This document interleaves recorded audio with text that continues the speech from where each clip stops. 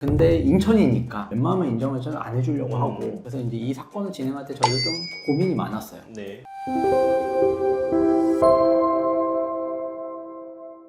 안녕하세요. 유익상 김은찬 변호사입니다. 저희가 최근에 실제 사례들을 중심으로 해서 설명을 드리는 영상을 계속 좀 촬영을 하고 있는데, 지난번까지 이제 기각 사례를 좀 가지고 왔다면은 이번에는 그냥 성공 사례 위주로 해서 성공 사례라고 평가를 할 수 있겠죠. 그래서 이제 좀 많은 분들이 또 이거 궁금증을 가시는 쟁점인 것 같아요. 배우자를 부양가족으로 인정받을 수 있겠느냐? 뭐 이거에 대해서 이제 또 질문도 많이 주시는 쟁점이었습니다. 맞아요. 해보면. 네. 그래서 이제 실제로 이제 인정이 된 사례를 가지고 와서 좀 한번 설명을 드려볼까 합니다. 여기 보면은 부제로 인천지방법원 사례를 중심으로 이렇게 네. 기재를 해주셨네요. 네. 인천지방법원 요 부제를 특별히 붙이신 이유가 있을까요? 사실 이제 서울은 생계비 검토위원회 예. 의결사항에 배우자 부양에 관한 그 기준이 명확하게 있고, 그렇죠. 그리고 그런 요건에 부합하면 웬만해서는 인정을 해주기 때문에 사실 서울은 쉬워요. 그죠? 근데 회생법원 이외에 부산이라든지 수원도 마찬가지로 회생법원이니까 그와 유사하게 진행되지만 나머지 법원들은 사실 그 인정에 굉장히 인색하고 네. 가급적 안 해주려고 하고, 이 사례 같은 경우도 좀 쉽지는 않았어서 그런 경우에 뭐 이런 식으로 이제 대응해 볼 수도 있다. 그리고 잘 대응한다면 인정받을 여지가 충분히 있다라는 거는 이제 좀 설명드리고 싶어서 인천지방법원 사례를 그렇죠. 중심으로. 그러니까 이제 서울 회생법원의 쉬운 사건 갖고 와서 설명하는 거 아닙니다. 회생위원하고 한두 번은 일단 싸워야. 싸워요. 그렇죠. 서울 회생법원 거 아니니까 참고하시면은 될 것 같다. 이렇고요. 한번 들어가 볼게요. 그럼 배우자 부양가족의 어떤 인정 기준에 대해서 네. 설명을 해주시면 좋을 것 같아요. 네, 인정기준 이제 서울회생법원 생계비 검토위원회 의견사항에 이렇게 있는데, 뭐 이제 경제활동이 가능하더라도 조건 충족하면 부양가족으로 인정할 수 있다. 그래서 그 조건이 미성년 자녀나 장애인을 부양해야 되고, 소득 조건으로 연소득이 100만 원 이하이거나 만약에 급여소득인 경우에는 1년에 500만 원 이하 소득이면 인정해줄 수 있다. 인정해줄 수 있다. 그러니까 부양과 소득의 요건을 갖추면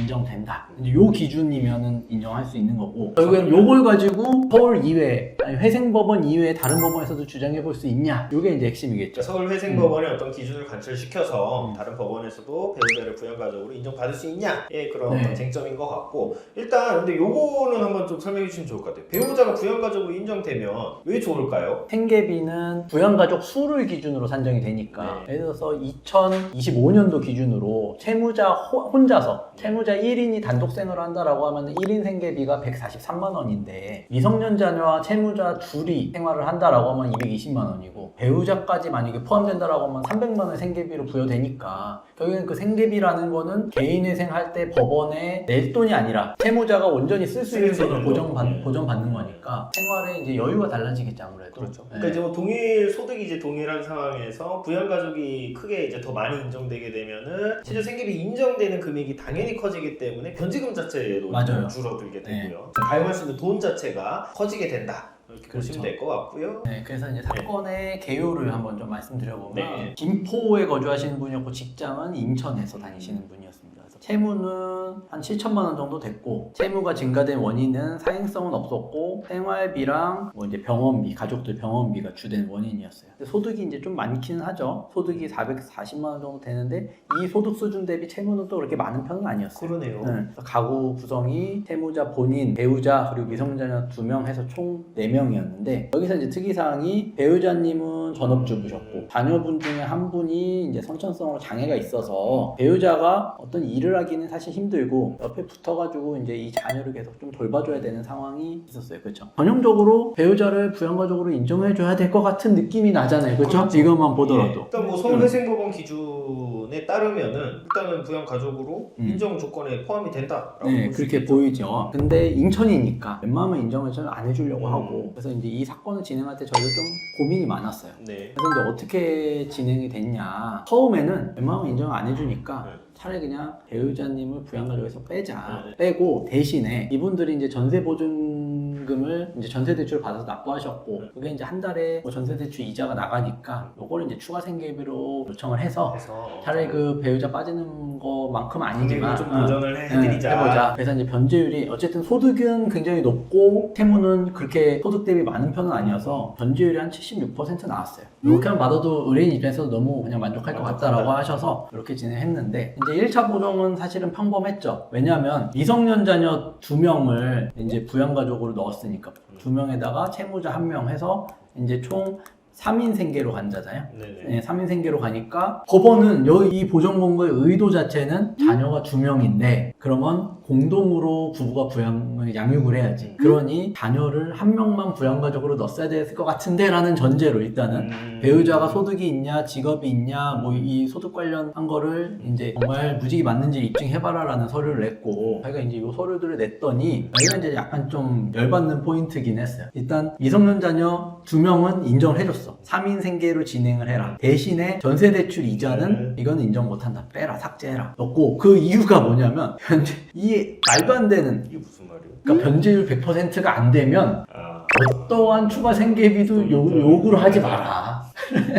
할 말이 없어요. 이 보정 권고를 보는데 그래서 이제 다시 처음부터 이제 보면 22년도 사건이니까 배우자를 빼고 미성년 자녀 2명이랑 채무자 포함해서 총 3인 가구를 기준으로 해서 원래는 250만 원이 이제 3인 가구 생계비였는데 여기에 이제 월세 40만 원이죠. 여기에 이제 월세 그러니까 주거비 전세대출 40만 원을 포함해가지고 290만 원을 이제 생계비로 쓰겠다. 요렇게 해서 한 달에 147만 원씩 36개월을 갚는 걸로 제출했어요. 변제기간을. 그랬더니 이제 아까 말씀드린 것처럼 배우자의 소득 관련해서 만약에 이제 소득이 있었으면 미성년 자녀 1명도 더 빼 이렇게 됐겠죠. 근데 이제 여기가 사실은 우리가 전략을 바꾸자. 이건 말이 되는 보정이냐라고 해서 좀 약간 열받는 건데 같이 읽어보면 3인 미성년 자녀 2명 포함해서 생계비와 추가 생계비로 전세대출 이자 40만 원 신청하였으나 중위소득에는 생계비에는 기본적인 주거비가 포함되어 있습니다. 뭐 여기까지 이해는 가. 근데 여기죠. 원리금 100%의 변제율이 아닌 한 전세대출 추가 지출 사유로서 인정하는 것은 채권자들의 법감정. 저는 느낀 게 이런 사적으로 왜 붙일까요 이거를? 언제부터 채권자들의 법감정을 이게 그리고 법적인 근거가 이제 뭐 없죠. 이런 것도 아닌데 이거를 사실은 어떻게 보면 이제 법률적인 어떤 서류인데 보정권고 이런 식의 어떤 표현을 쓰는 경우들이 굉장히 많잖아요. 사회 통념상으로 오히려 서울외생법원에서 그렇게 인정을 해줄 정도의 요건에 부합하면 인정을 해주는 게 맞겠죠. 여기가 더 열받는 포인트는 뭐냐면 아들이 선천성 장애를 갖고 있어. 그래서 모 땡땡땡 그러니까 이제 배우자예요. 뭐 여기 이름을 써놔서 제가 지웠는데 경제활동에 전념할 수 없다는 자기도 인정했어. 배우자가 경제활동에 전념할 수 없는 거는 내가 알겠어. 근데 안 돼. 배우자가 경제활동에 전념할 수는 없어. 그래 그건 내가 인정할게. 근데 부양가족으로는 안 돼. 부양가족으로는 어차피 안 넣었지만 추가 생계비도 안 돼. 그래서 3인의 생계비로만 인정하고 이거는 가용소득에 투입하라. 그러니까 40만 원 추가 생계비 요청한 거는 이거는 어쨌든 인정 못하고 그냥 돈 갚는데 넣어. 이제 요렇게 보정이 나온 거예요. 그러니까 이걸 보니까 화가 나는 거예요. 아니 자기가 배우자가 경제활동이 없는 상황이라는 거를 인정을 해놓고 미성년 자녀가 선천성 장애가 있다는 것도 인정을 해놨어. 근데 어쨌든 추가 생계비는 인정을 못해. 이러니까 사실은 저출생이 해결이 안 되는 거 우리나라. 그죠? 그렇죠. 아니 그리고 저는 이거 결국 그냥 앞에 한 문장만 썼으면 됐잖아요. 그러니까 이게 결국에는 기본적인 주거비 포함되어 있다. 그러니까 그냥 요거를 너 수정해라. 그 정도 쓰면 되지 않나요? 이게 굳이 기분 나쁘게 이렇게 밑에 그러니까. 거를 붙일 필요가 있냐는 거죠. 자기 딴에는 충실한 이유를 더 만들고 싶어요. 근데 사실 우리가 보기에는 이제 모순덩어리 보정인 거죠. 이게 뭐 화가 나죠 이런 보정. 그러니까 이제 제가 이렇게 이런 식으로는 추가 생계비 인정을 이제 받기는 어렵겠고 이제 화가 나잖아요. 안 되겠다. 원칙적으로 차라리 그냥 밀어붙여보자라고 해서 일단 가족에 대한 건강 상황이 뭐 이제 자녀에 대해서 선천성 장애만 있었지만 사실 배우자님도 자가면서 이제 간염도 있어서 이런 부분들까지 감안하면 이제 경제활동을 뭐 아르바이트도 사실은 하기는 쉽지 않은 상황이었어요. 그래서 배우자를 부양가족으로 제대로 인정받아보자라고 이제 전략을 바꿨고 당연히 이제 의견서 나가야죠 이런 때는. 회생위원께서도 인정하는 바와 같이 너도 인정했잖아. 경제활동에 전념을 할 수 없어 배우자가 그죠? 그러니까 미성년 자녀가 선천성으로 이제 장애를 앓고 있어서 항시 옆에서 상태 체크를 해줘야 되고 경제활동 하기는 어렵다. 그리고 자가 면역성 간염도 있어서 항상 건강을 관리해야 된다. 그럼에도 이런 사정을 다 알면서도 이거 원래 40만 원도 더 못 줘. 결국에는 변제율이 아까 접수했을 때 70 몇 %였잖아요. 76%였는데 100%는 다 갚으라는 거예요. 개인의 저는 이 자녀 양육까지 하고 있고 어떻게 보면은 세무 증가의 원인이 사실 뭐 사행성 소비나 뭐 도박이라든지 이런 게 있으면 그래도 이해는 가요. 그렇죠. 너가 그렇게까지 해놓고 이걸 탕감받겠다라는 거는 어떻게 보면 법원 입장에서 괘씸할 수 있고 염치가 없구나라고 볼 수 있잖아요. 근데 이건 아니잖아요. 그러니까 현실적으로도 채무자 홀로 4인 가족을 다 부양하고 있는데 200만 원요 남짓 전세 보충금 대출이자도 내고 그러면 한 200만 원 남는데 이걸로 4명 살으라는 거는 말이 안 되는 거 아니냐 라고 이제 주장을 했고, 그 다음에 마찬가지로 주식, 코인, 도박 등 사행성 채무는 전혀 존재하지 않고 오로지 미성년 자녀의 치료비와 생활비로만 썼다. 이런 사정 감안해달라 라는 거. 그리고 플러스 원래 이제 민법상으로 보더라도 부부는 서로 이제 부양 의무를 부담하고 있잖아요. 이런 부분들도 이제 법리적 근거는 충분히 있다. 뭐 서울회생법원의 직무편람 내용도 이제 인용을 했고, 그래서 이제 총 어떤 근거들을 제시했는지 다시 한번 요약해서 보면 현실적으로 경제활동 어렵다. 그리고 이렇게 되면 4명이서 그 전세보증금 대출이자 내면 200만 원 갖고서 4명이 살으라는 건데 이거는 불가능하다. 민법상으로도 부부간 부양 의무 있고 실무준칙이나 뭐 생계비 검토위원회 의결사항도 있다. 또 서울회생법원에서는 실제 인정받은 사례가 또 있었어요. 요 사건 진행할 때. 그래서 그런 것들도 실제로 제출했고. 근데 유사 사례 어떤 거였냐? 서울회생법원 사례였는데 이거 굉장히 젊고 건강하신 분이었어요. 여기는 배우자님.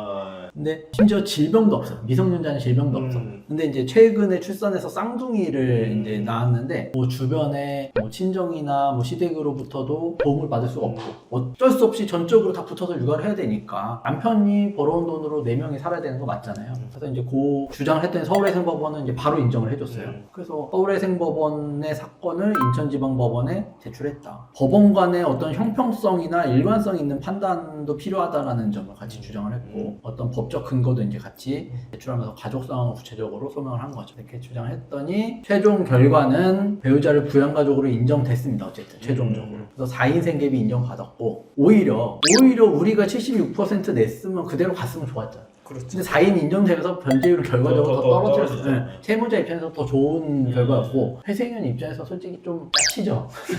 그냥 가만히 있었으면 40만 원 뺏으려다가 40만 원 뺏으려다가 돼버린 거죠 지금. 그래서 이제 뭐 법원별 차이점도 굳이 이제 말씀을 드리자면 서울회생법원은 적극적으로 인정하는 경향이 있으나 지방법원은 이런 식으로 나온다. 사실 그래도 이 정도는 양반이고 기록불 끝까지 안 해주는 법원, 있죠. 기각 내리는 저 법원 사실 이거 그냥 있어요. 바로 나온 것도 신기한데요. 네. 어쨌든 결국에는 핵심적인 우리가 이제 시사점으로 봐야 될 거는 채무자가 처한 객관적 상황 그리고 그를 어느 정도까지 잘 소명하느냐에 따라서 부양가족 인정 여부가 달라질 수 있다라는 거는 이제 좀 한번 말씀드리고 싶습니다. 이게 결국에 저희가 최초에 넣을 때 배우자를 부양 가족에 이제 넣지 않았었고 뭐 좀 그거에 대한 어떤 그런 일부 좀 그래도 사정이 워낙 이제 좀 안 좋다 보니까 병원비 계속 나가야 되고 그래서 조금 이제 도움을 드리고자 이제 40만 원 넣은 건데 근데 사실은 저희도 일정 부분 좀 양보를 한 거죠. 하고 네, 40만 원 그래도 사정이 이러니까 좀 인정을 해줘라는 그걸 분명 메시지를 그 던진 거거든요. 건데 네. 부정이 너무 기분 나쁘게 맞아요. 나네요. 그래서 제가 이제 너무 열받아가지고 네. 이건 그냥 끝까지 한번 해보자 라고 해서 밀어붙였더니 오히려 결과적으로는 신청 당시보다 더 떨어져서 떨어지게 되는 좋은 그런 결과가 나왔다. 이게 어쨌든 좀 시기적으로 봤을 때는 좀 2022년도 사건이라고 하셨잖아요. 네. 좀 최근에는 좀 어떠신 것 같아요? 어쨌든 그래도 이제 서울회생법원의 어떤 그런 기조나 기준들이 좀 이제 점차 이제 정립이 돼가는 좀 시기인 것 같은데. 아 근데 네. 서울회생법원조차도 조차도 회생연이 이제 계속 계시는 분도 있고 바뀌잖아요. 또 새로 이제 신규로 뭐 임용되시는 분도 있고 외부에서 아니면 내부에서든 또 최근에 서울회생법원도 쉽지 않은 사건이 있어요. 그리고 지방은 그냥 여전한 것 같고 제가 봤을 때는 결국에는 앞으로도 갈 길이 멀다. 갈 길이 네. 멀다.